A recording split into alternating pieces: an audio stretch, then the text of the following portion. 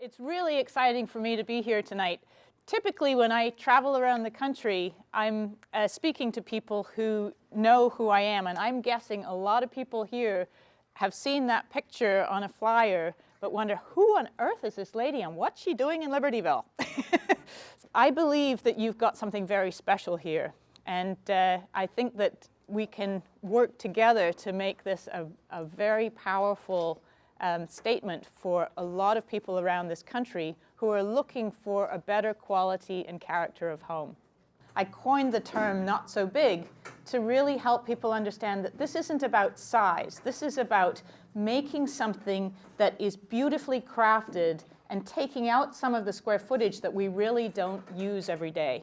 So a not so big house, in a nutshell, is about a third smaller than you thought you needed, but with the same amount of money spent so that you can add quality and character to the rooms that you use every day. All architects have a knowledge base about how to improve space and how to improve the quality and character of place. But it's exclusive. If you can't join the club of hiring an architect, it's really not been accessible for you. And I've been a strong believer for many, many years that the more we can share this information, the more people will actually appreciate good architecture and the more they'll want it. And that has absolutely proven to be the case since the Not So Big House came out.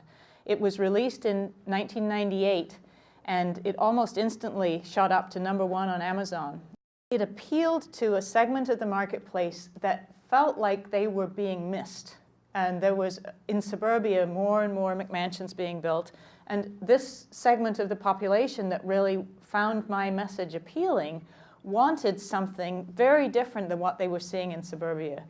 I want to introduce really good design into the marketplace where you don't have to hire an architect, but you can purchase a really well-designed house. I've been looking for a while for a perfect project to do, I call them a show house, a house that people can walk through so that they get a sense of what a not so big house is all about. It's all very well to look through my books and get a sense of what these houses are like, but you know that a photograph can only tell you a tiny portion of what it's actually like to experience it. And so after trying to find one of the larger scale builders in the country that would be interested in partnering with me, I suddenly realized, this is not the right approach. What I need is to find a small scale developer that's got some real vision about what's possible in an area that already has a strong sense of community. And it just so happened that John McClendon sent me some information at that time.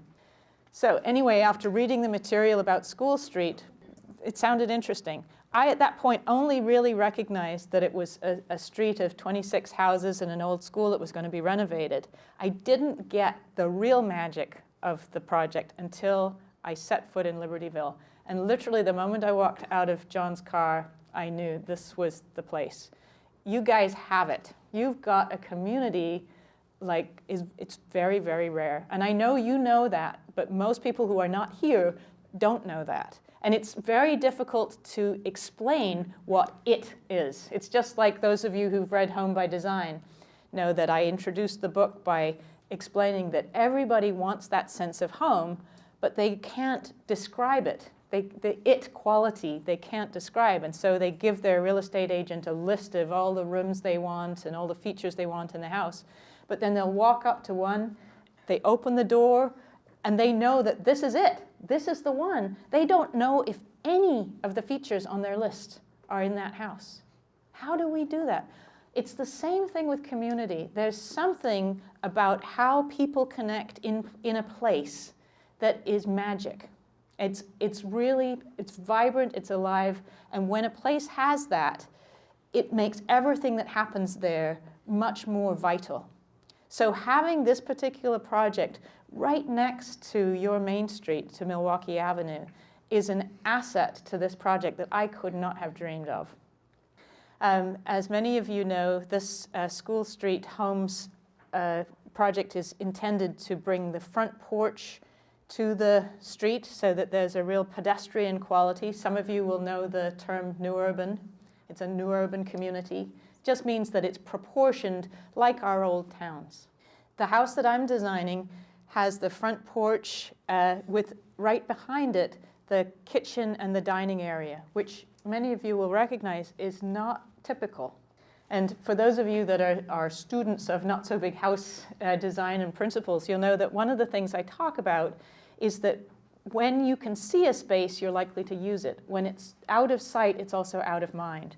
The key to illustrating a Not So Big House is what I call ceiling height variety, changing the ceiling heights in places to differentiate place from place.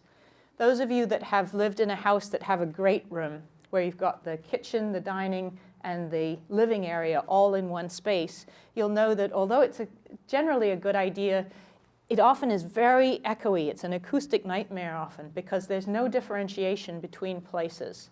So by lowering ceiling heights to, instead of putting a wall between the kitchen and the living room, for example, you lower a section of ceiling and it says this is the living room and this is the kitchen, but they can still see each other. That's much more the way we live today.